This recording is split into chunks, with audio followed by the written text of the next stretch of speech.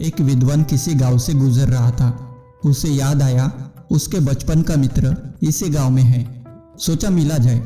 मित्र के घर पहुंचा, लेकिन देखा मित्र गरीब व दरिद्रता में रहता है। साथ में 2 नौजवान भाई भी है। बात करते करते शाम हो गई। विद्वान ने देखा मित्र के दोनों भाइयों ने घर के पीछे आंगन में फली के पेड़ से कुछ फलियां तोड़ी और घर के बाहर बेचकर चंद पैसे कमाए और दाल आटा खरीद लाए। मात्रा कम थी।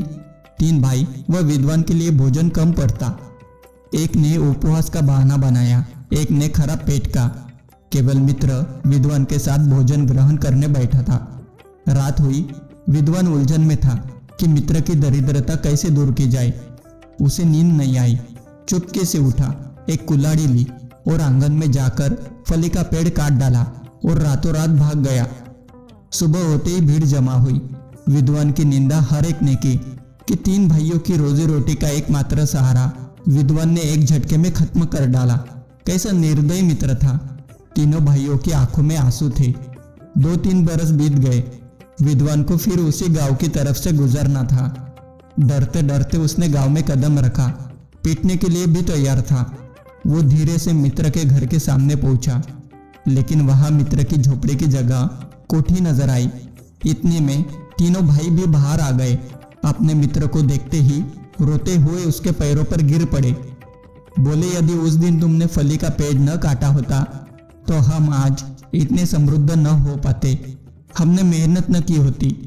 अब हम लोगों को समझ में आया कि तुमने उस रात फली का पेड़ क्यों काटा था। जब तक हम सहारे के सहारे रहते हैं तब तक हम आत्मनिर्भर होकर प्रगति नहीं कर सकते। जब भी सहारा मिलता है तो हम आलस्य में दरिद्रता अपना लेते हैं। दूसरा, हम तब तक कुछ नहीं करते जब तक कि नितांत आवश्यकता नहीं होती, जब तक हमारे चारों ओर अंधेरा नहीं छा जाता। जीवन के हर एक क्षेत्र में इसी तरह के फली के पेड़ लगे होते हैं। आवश्यकता है इन पेड़ों को एक झटके में काट देने की। प्रगति का एक ही रास्ता है और वो आत्मनिर्भरता है। हम सभी को सफल जीवन जीने के लिए अपने सुविधा क्षेत्र कंफर्ट जोन से बाहर निकलना ही होगा। इसी तरह से काफी लोगों ने अपने जीवन में बड़ी बड़ी सफलताएं अर्जित की है। आजादी के आंदोलन में चमकने वाले सभी सितारे अपने कंफर्ट जोन से बाहर निकलकर आजादी के आंदोलन में कूद पड़े थे और अपने देश की आजादी जैसी बड़ी सफलता हासिल की।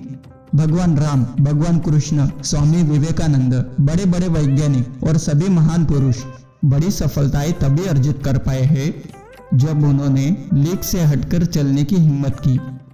नमस्ते दोस्तों, मुझे उम्मीद है कि आपको यह कहानी वास्तव में पसंद आई होगी।